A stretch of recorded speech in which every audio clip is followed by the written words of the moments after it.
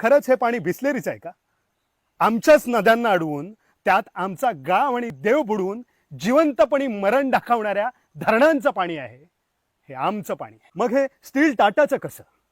ज्या मातीमध्ये आमचं अस्तित्व आहे, जिच्यात आम्ही सोनं पिकवतो, सातेरी म्हणून जिला आम्ही पुजतो, तिला निर्दयपणे पोखरून तिच्या पोटातली नॅचरल मिनरल्स काढून जिला मारून टाकलंय, ती माती आमची, ती आई आमची आणि ती खनिजही आमचीच. मग आता सांगा, कोळसा अदानीचा कसा?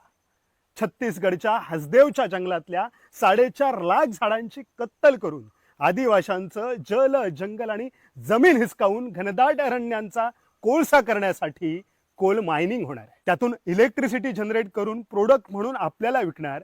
आपण बिलाच्या रूपात त्याच्या वापराची किंमत देणार, पण ती खरी किंमत नाही. तुमच्या माझ्या लक्झरियस हव्यासी जगण्याची खरी किंमत मोजतोय तो या देशातला मूळ निवासी, साधेपणात आनंद मानून, निसर्गाला देव मानून एक क्लायमेट फ्रेंडली सस्टेनेबल लाईव्हलीहूड जगणारा आदिवासी माणूस. आज जर त्यांच्यासाठी आपण उभे राहणार नसू ना, तर केवळ भारतीय म्हणून नाही, तर माणूस म्हणून सुद्धा आपण नीच.